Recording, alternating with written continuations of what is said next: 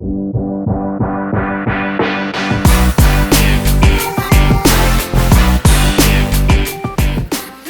welcome to episode 2 of Bedlam Buds. I'm Ryan, and this is Jerm.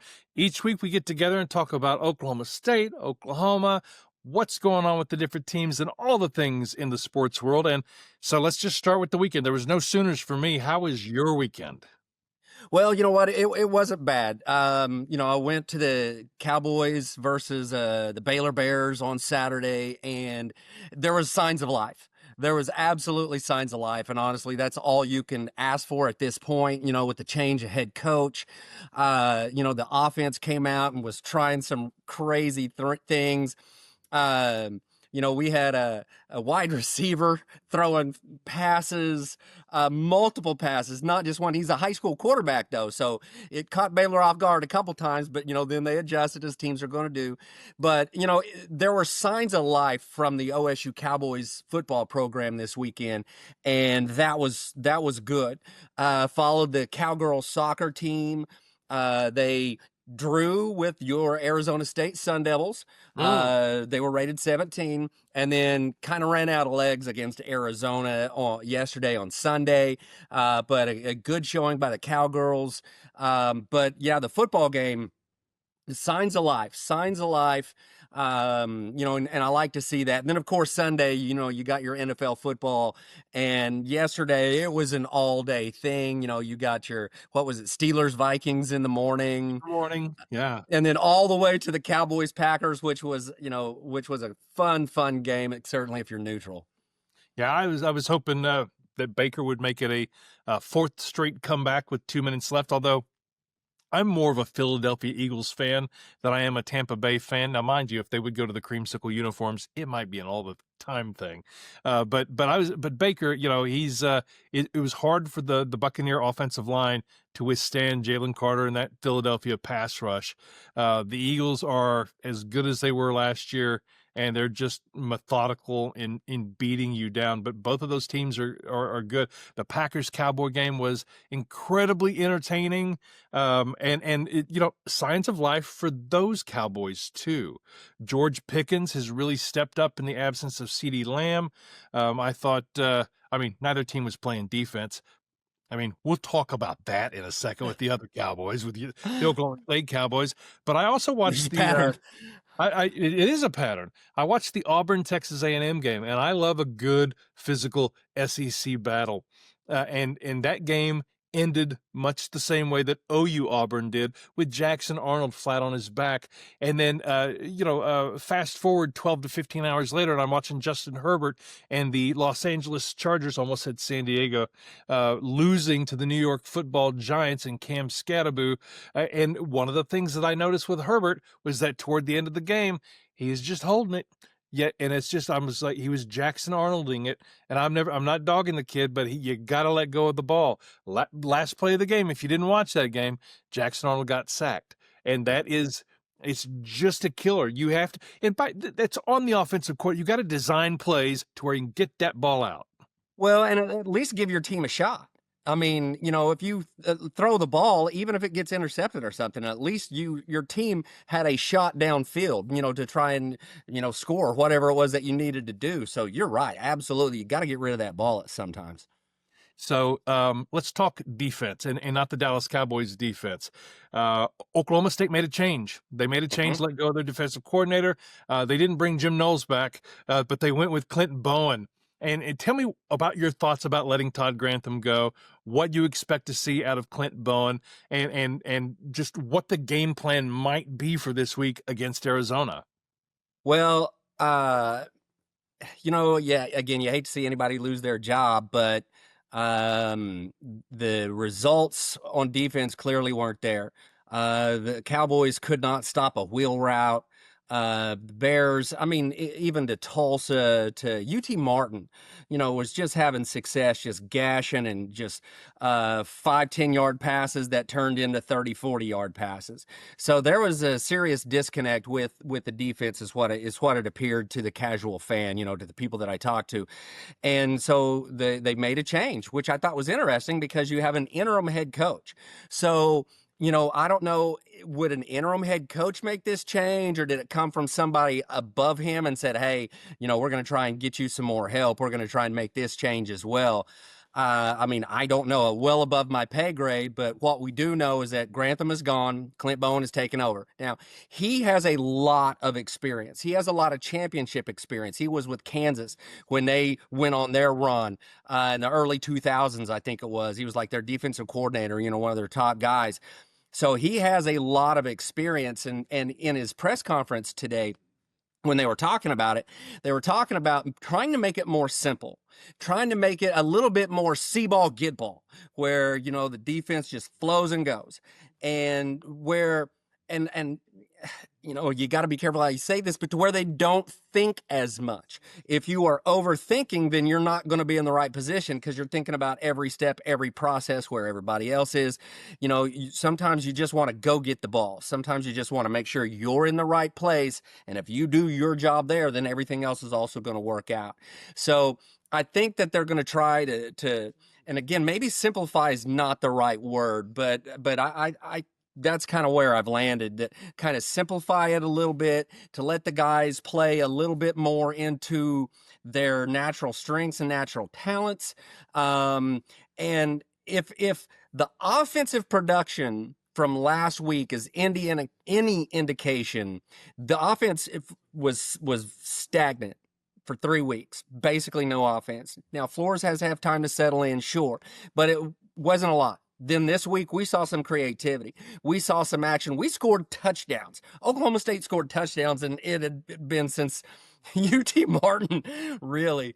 And man, for an Oklahoma State guy to say that, that's rough because, we've scored 70 before. But the offense showed some signs of life. They looked like they were having fun. They were flying around. There were still mistakes made. There's still, some issues here, there. But if the defense can show some signs of life, then these Cowboys still could win some games this year. I mean, the Big 12 is, gosh, I don't know. The Big 12 was last year was kind of crazy, and this year is kind of crazy on the other side. Kind of, there's a lot of teams that aren't as good as what we thought they were going to be. So there's some winnable games out there. So if this defense can show some life, stop thinking so much, see ball, get ball, then the Cowboys are going to have some success. All righty, kids, for you, those of you out there who are only 20, 25 years old, Jeremy just referenced Clint Bowen being at Kansas and them being a potential championship team. He's not steering you wrong. Back in the early 2000s, believe it or not, Missouri Kansas was a number 1 versus number 2 game. That's for real. Under Mark Mangino, the Jayhawks, they went to the Orange Bowl that year. I forgot whether, I think they played Virginia Tech, and I forgot whether they won or lost, but they were a national championship contender. They were a legit team. I watched them a couple times that year live, and my goodness, yeah. But so we're old. Right. I listened to the game. I was mowing the yard. And I told you, I used to work with John Holcomb at News on 6, and I love it. He has a very dry sense of humor. I honestly think, I know a lot of people on the Sports Animal might goof on Robert Allen. I think he's one of the better sideline reporters in the country. He's fantastic. Yeah. And Hunziger is just a pro's pro. I love listening to those guys. And but one of the things that they noted was that Coach Meacham had basically unshackled their thinking and said, let's play a little backyard ball. Let's have some fun with it. And I thought that was pretty obvious that he did that. No, I absolutely agree. I absolutely agree. I mean, again, just by running a flea flicker, just by, doing a wide receiver pass, just those type of things, football players love that kind of stuff. The offensive guys love that kind of stuff. The misdirection, the kind of, not necessarily a trick play, but, those kind of plays. And again, you could see a response. You could see a response on the sideline. You saw some emotion. It was, despite the loss, but, you could tell that Baylor was just going to kind of slowly stretch it out. You just had that vibe, being in the stadium watching the game. But there was signs of life that whole time for Oklahoma State. And again, it's rough to say, but that's a positive thing. That's positive. So what are you expecting to see out of the Cowboys this weekend in Tucson? Well, I think we're going to see more of that. I think we're going to see more letting loose. I think we're going to see letting fly. This is a game they think they can win.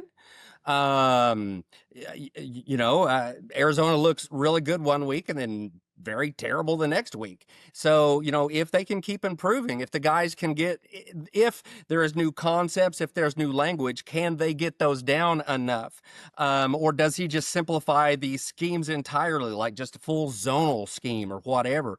I expect to see some life. I think, I mean, so far as I know, only one or two guys have entered the portal.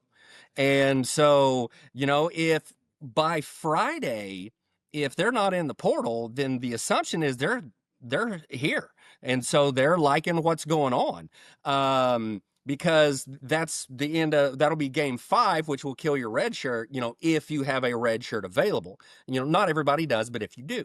So I think we're going to see some letting loose. I think we're going to see some guys having fun. They have nothing to lose. They have absolutely nothing to lose. No one thinks we're going to do anything. And so I think the coaches are kind of leaning into that us against the world mentality. And so far, the reaction from the players has been very positive. Yeah, why not us? And you got three phases of the game. Get better at each one every week. And this week, all eyes will be on the defense. All eyes in Norman will be on the Oklahoma defense.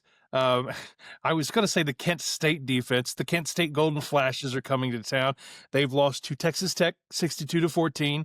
They lost to Florida State 66-10. That game was 35-0 at the end of the first quarter, and it will be the 2025 debut of Michael Hawkins Jr. I don't want to say that it's a glorified practice because I don't want to be completely insulting to Kent State. It's still a game situation. However, really, the Sooners are going to be graded on a different bell curve here. It's going to be how crisp can they run the offense under Hawkins? What can offensive coordinator Ben Arbuckle introduce for Hawkins or work on ahead of the Texas game? I always hate when fans say, well, they're not going to show too much against Texas. And I'm like, you better practice a few of these things in real world situations. There really isn't anything so creative that you're going to be able to just pull it on somebody out of the blue. I mean, the play against Auburn where you had Satania running off to the side, in most situations that's going to get caught. The Auburn Tigers didn't, spot that, but But you won't be able to run it again. Won't be able to run it again ever. And by the way, referee eyes are going to be all over the Sooners, but it's going to be how clean, and we love watching professional football. How clean of a sheet can the Sooners have? Can they have a clean sheet? 3 points or 0 points this weekend against Kent State? I mean, you never know what might happen in the fourth quarter, but mostly all eyes are going to be on Michael Hawkins. Want to see him stay healthy, want to see him ball out, and just want to see what the Ben Arbuckle offense looks like with him at the helm. Yeah, and I'm excited for this game as well because I like that quarterback. I think he's a good player. I thought OU would have been just fine with him. But you got Mateer, and clearly that's working out. But no, it's going to be stylistic points. It's going to be those type of things. Now there's two schools of thought here, though, right? One school of thought is don't show the other, the Texas and those teams. Don't show them your whole playbook. Then the other school of thought is, and I think that's what Oklahoma State went on this past Saturday, is we're just going to throw everything at you, and then you got to figure out what to stop. I mean, so now, like, Arizona's having to prepare for halfback passes and wide receiver passes. And so OU, I wonder, what do you think? Will they work in some plays like that so that Texas, some of these other schools might have to prepare for something that, they're not used to? I would posit it this way. If a team throws their entire playbook at you, how does any other team down the road know that you have spilled your entire playbook? Wouldn't you just put a little fear into them, saying, holy crap, what are these guys going to run? That was the beauty of the Mike Leach offense, which, by the way, when you hear Mike Leach talk about his RPO patterns and things, there weren't that many plays out there. It was all just decisions by the quarterback. So it was a very simple playbook. It was just a formula. So I don't understand why more teams don't just throw the entire playbook. It's not like the other team would know what percentage of playbook you just ran at them. That's a great point. That's a great point. All right, let's move on and talk some baseball. The playoffs start tomorrow. Your Cincinnati Reds are back in the playoffs after 5 seasons. And I just want to ask you a question, see if you remember. When Cincinnati won the World Series, unexpectedly, it was a sweep. Eric Davis and the Reds, Eric the Great, in 1990. Do you remember where you were at the clinching moment?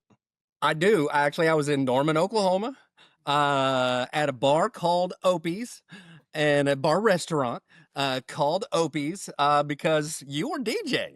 Yeah, I And was a so DJ. Yeah, not much of a restaurant. I mean, I think there might have been like Cajun fry or Cajun popcorn. right, And, I just remember like snacky foods. yeah, and then I had a TV up in the DJ booth, and we watched the game, and it was just it was the coolest job. I would play music and watch TV. It was fantastic, but it's That's been a pretty long cool. time. And Well, the Reds, I mean, how did they get here? How did they make the playoffs this year? this year, scrap. Absolute. They are just a fun team to watch. They just scrap. They're not necessarily the most talented. We got a couple of good pitchers. One of the best infielders in baseball right now, Ellie De La Cruz, is just ridiculous. I mean, inside the park home runs and all, and he's just a kid out there having a good time, and you love to see it. But I mean, it's just absolute scrap. They are.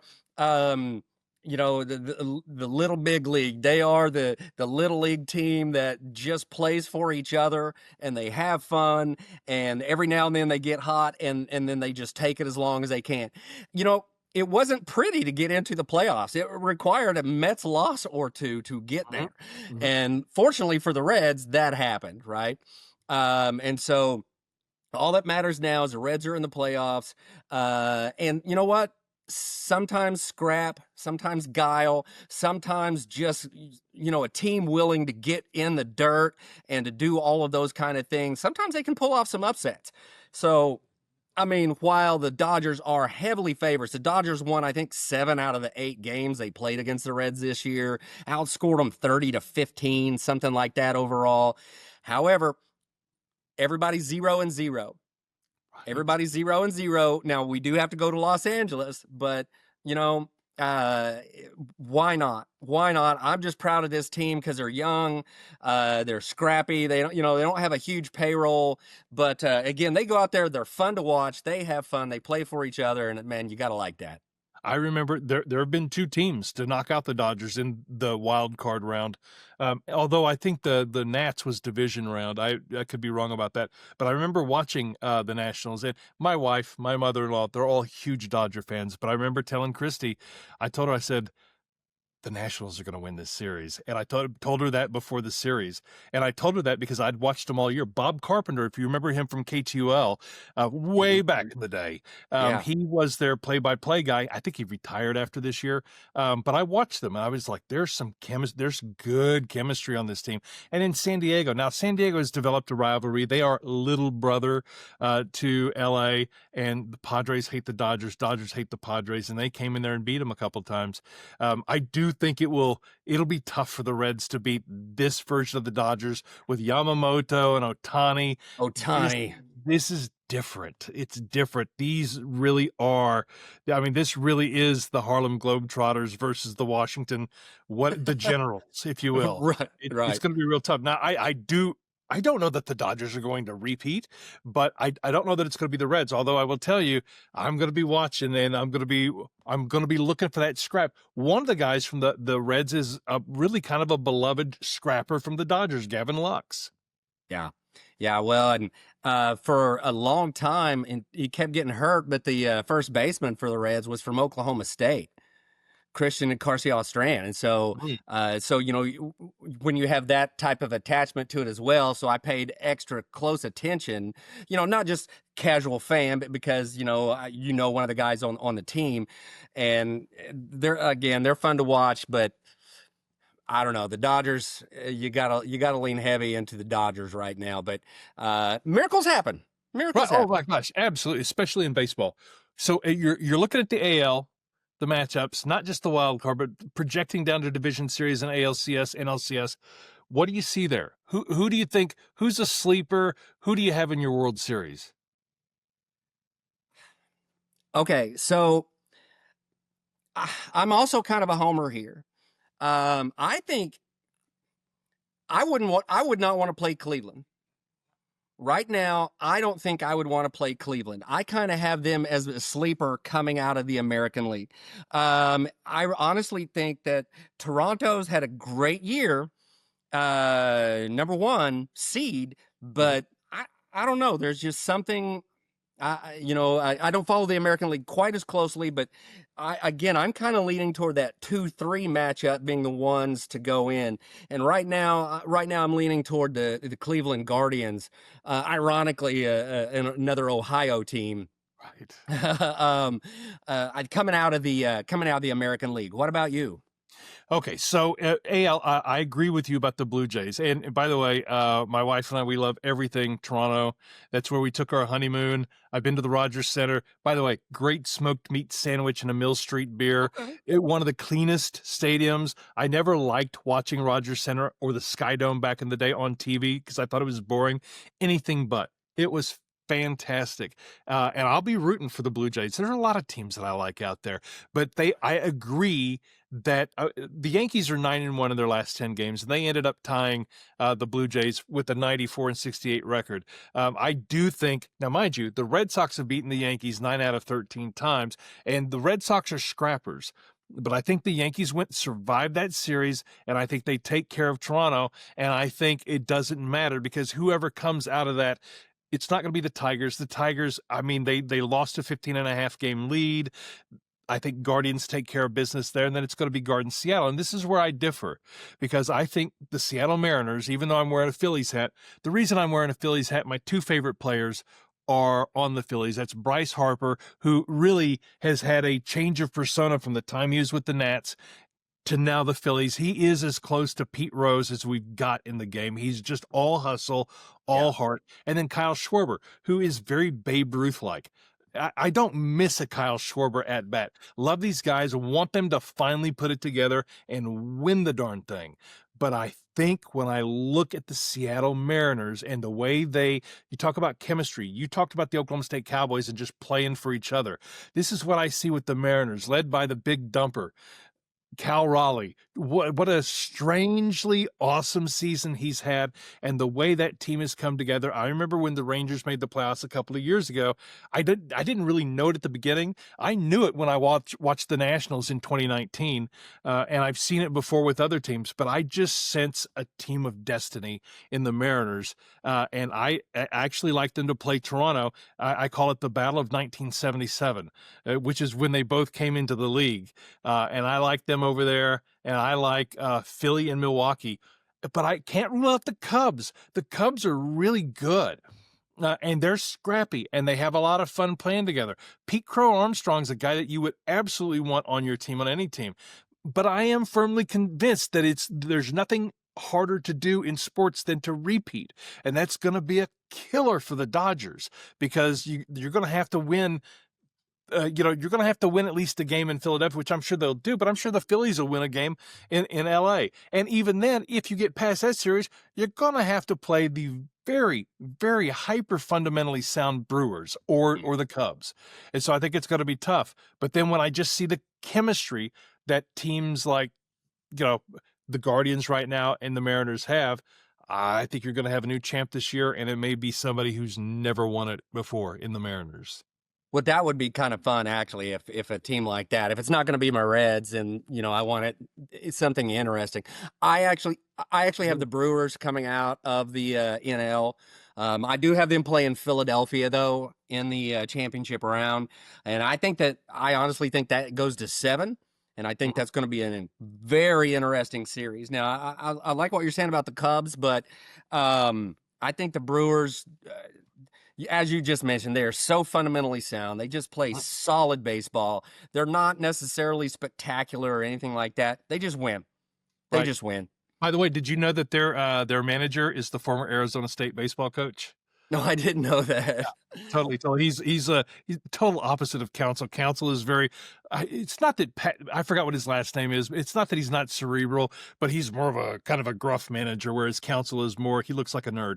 But what I would say, either way can win. Team of destiny with the Brewers. This was the year that Bob Uecker passed away. Stuff like that. I had forgotten about that. Yeah. Plays into mojo. And so I actually, if I had to put down a series on paper, I think it's Brewers Mariners. Yeah, I could very easily see that. Like I said, I think the 2-3 is going to play there. And for some reason, I'm just kind of leaning toward Cleveland right now. Yeah. So, well, I think they may be the best team in baseball right now. Yeah. Yeah. With one of the best players that nobody talks about, in Jose Ramirez. Oh yeah. No, guaranteed. Yeah. Yeah. All right. What else are we missing? What else is going on in the world of OSU? We're going to try to wrap up within 30 minutes, and we've done a pretty good job of that. But I'm excited. Hey, I work at home. I'm going to have baseball on all day tomorrow. Well, I mean, we just got, a lot of things are starting to heat up. A lot of sports are starting to heat up, with soccer is going on. You got some fall baseball, and softball is about to kick off. And of course, the sport of football is going on. And so, there's a lot of fun stuff. This is coming into that really fun time of year when all the sports are going on. Oh, right. I mean, hockey kicks up here the first week of October, and I always promise myself I'm going to watch more hockey this year, and then never do until the Stanley Cup playoffs come along. But hockey is a great game to watch on TV, especially if you have a nice TV. It's just big, it's bright, it envelops the room. OU softball, you mentioned softball. The Sooners are playing their fall schedule, and they've got a couple of new pitchers in Sydney Berzon, and I believe her name is Miley Guacheño from Ole Miss. Hitting the SEC portal, so it'll be interesting. I know Coach Gasso, I did a TikTok on this, is really excited about what they bring to the table. But yeah, you got softball, fall baseball, all the things going on. When does wrestling start? Wrestling will start in November. And then you got college basketball, the Fighting Porter Mosers. Well, usually around the same time that basketball starts is when wrestling starts. So that's an easy way to remember those. All right. Yeah. We'll have our everything about wrestling episode. That's right. We can make that happen. Here in a few weeks when it gets a little bit closer. That way we can do all the rules and all the fun, exciting things, and then everybody can head down to watch a meet somewhere. Fantastic. We'll do that. We'll have a Bedlam Buds meetup. Hell yeah. So, folks, if you're seeing this for the first time, you're like, who are these two middle-aged goofballs? I'm Ryan. This is my buddy Jeremy. He's a Cowboy. I'm a Sooner and a Sun Devil. He's a Red. I'm a Texas Ranger wearing a Phillies cap. It's just all over the place. I'm Tottenham. He's Arsenal. I didn't watch the game this weekend. I've got it on replay. Don't tell me what happens. I'm catching up. There's so many things to do. But okay, which match? The Tottenham or the Arsenal? Tottenham Wolves. Okay. I won't say anything. I need to catch up. I know it was 0-0 at the half because I subscribed to all their social media, and I'm like, quit spoiling this for me. I got too much stuff to watch, and I can't watch it all at once. But if you've stumbled upon us and you like what you're seeing, share it, like it. You know what to do here, and we'll try to be back once a week, if not more often. Well, and leave a comment. And if you have something else you want us to talk about, then leave a comment and tell us, and we'll try to discuss it. Absolutely. Ask us a question, because you know what else we can talk about? The good old days. We can talk about the Ice Bowl. In fact, I watched the Ice Bowl. I don't know that I watched the Ice Bowl with you. I think I was still in Muskogee at the time, but we've watched plenty of other games together for sure. Oh yeah. Well, the one that I really remember is the OU Kansas National Championship in basketball. Oh, I mean, and do you remember what we did with Jonathan's car? Oh, so it's a mutual buddy of ours, Jonathan Nicholson. We went down to Homeland. He drove an orange Ford Fiesta, and we moved it. By the way, we didn't start the car. We put it in neutral and pushed it. Yeah, that's right. That's right. because he was And we were rooting. all disappointed with the result of the game too. Oh my I mean, gosh. we thought it was going to be an easy win. Oh, Danny and Manning. we watched the Arizona game at your house too. And every Yeah. time Steve Kerr hit it, or actually every time Dave Seeger would hit it, we'd yell Bob. And I think every time that Steve Kerr would hit a shot, we'd yell Gumby or something like that. Yep. All right, folks, that is all for this week. This is Bedlam Buds. I'm Ryan. This is Jeremy. Do all the things, leave a comment in the question, and we will talk to you next week. Go Pokes. Go Reds. Boomer Sooner.